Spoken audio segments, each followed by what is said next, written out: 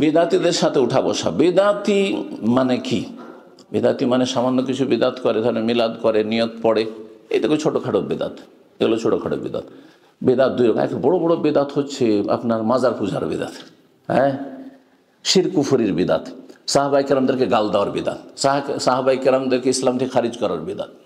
এরা হচ্ছে চরম পথভ্রষ্ট, হ্যাঁ, যাদের ঈমান ভঙ্গ হয়ে যায় তাদের বড় বিদাতের কারণে। বড় বিদাত মানে বড় শিরক, বড় কুফর। আর যেসব বিদাতগুলি মুসলিম সমাজে রয়েছে, আমরা অমুসলিমদের সাথে বসবাস করছি, করছেন না? অমুসলিমদের সাথে আমাদের কোনো সেন্টার পয়েন্টে কোনো জায়গাতে মিল পাচ্ছেন না। আমাদের কিবলায় তারা বিশ্বাসী না, আমাদের রবে বিশ্বাসী না, আমাদের কোরআনে বিশ্বাসী না, আমাদের রসুলে বিশ্বাসী না, এগুলোর এহতারাম সম্মান। তারপরেও তাদের সাথে সহাবস্থান করছেন, তাদের সাথে চলাফেরা করছেন, লেনদেন দুনিয়া করছেন। সুতরাং আপনাকে বেদাতিদের সাথে ওইভাবে চলতে হবে না, অবশ্যই সুসম্পর্ক রেখে চলতে হবে। কখনো এমন তর্কে জড়াইতে হবে না, এমন আপনাকে রেসারেসি আর ঝগড়ার মতো পরিস্থিতি তৈরি করতে হবে না ধর্ম নিয়ে, হ্যাঁ, যে যাতে মানুষের সাথে বসবাস করা মুশকিল হয়ে যায়, এটা মোটেই জায়েজ নয়। দেখেন, সালাফে সালেহের যে উক্তিগুলি রয়েছে, বেদাতিদের সাথে বসতে হবে না, সেটা হচ্ছে এমন বেদাতি যে বেদাতের দিকে আহ্বান করে, হ্যাঁ, যে অনেক মানুষকে পথভ্রষ্ট করছে, তাহলে বেদাতি মোল্লা তাদের নেতৃত্ব দিচ্ছে, আর তারপরে বহু মানুষকে বিভ্রান্ত করে রেখেছে, গুমরাহ করে রেখেছে। তাদের থেকে দূরে থাকা, তাদেরকে যদি সম্মান করেন, হ্যাঁ, তাহলে মানুষের জনসাধারণ পথভ্রষ্ট হয়ে যাবে। ধরেন একজন বিদাতি, হ্যাঁ, হুজুরকে যদি আমি একবার শ্রদ্ধা সম্মান আর কোলাকুলি করি, আর তার পাশে বসে তার সেও বক্তব্য করলো, আমিও করলাম, তাহলে এতে আপনারা বিভ্রান্ত হয়ে যাবেন। তো ওনাদের তো একসাথে আন্তরিকতা দেখছি, তাহলে আমরা কেন তাদের, হ্যাঁ, তারাও তো কিছু ভালো কথা বলে, এই ফেতরায় পড়ে যাবেন আপনি। কিন্তু যারা সাধারণ মানুষ, আমি সাধারণ জনগণ, তারা মোটা খায় মোটা বোঝে, তাদেরকে যদি একটু আল্লাহ এবং রসুলের কথা ভালোভাবে সুন্দর করে উপস্থাপনা করেন, পেশ করেন, সহজে কবুল করে নেবে। এই বিদাতি মোল্লাগুলো যদি বাধা না হইতো, দায়ীলা দলাল যারা যদি এরা বাধা না হইতো, তাহলে তাদের সাথে ওই রকম আচরণ করবেন, যে আচরণ করবেন যারা ফিতনা করে মানুষকে বিভ্রান্ত করেছে তাদের মতো। এক।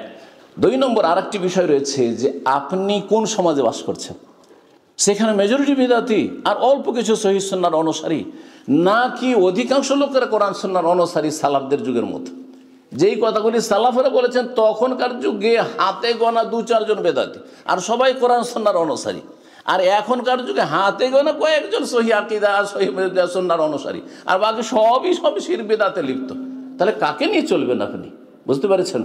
সুতরাং সবগুলি কথা সালাফদের যে কোনো পরিস্থিতিও ফিট করবে না, পরিস্থিতি হিসাবে ফিট করতে হবে। হ্যাঁ, স্থান এবং সময়কাল আর অবস্থার পরিবর্তনে আপনার দিনই বেশ কিছু মাসাইলে পরিবর্তন হইতে পারে। এই কথাটি বোঝার জন্য কিছু ইসলামের জ্ঞান লাগবে। এখন যেমন একটু আগে বললাম, সৌদি আরব ছেড়ে কারোর যদি নাগরিকত্ব থাকে সেখানে, এক আমার তো কোনো মূল্য নেই, আজ আছে কাল নেই, প্রচুর পাথর পানি।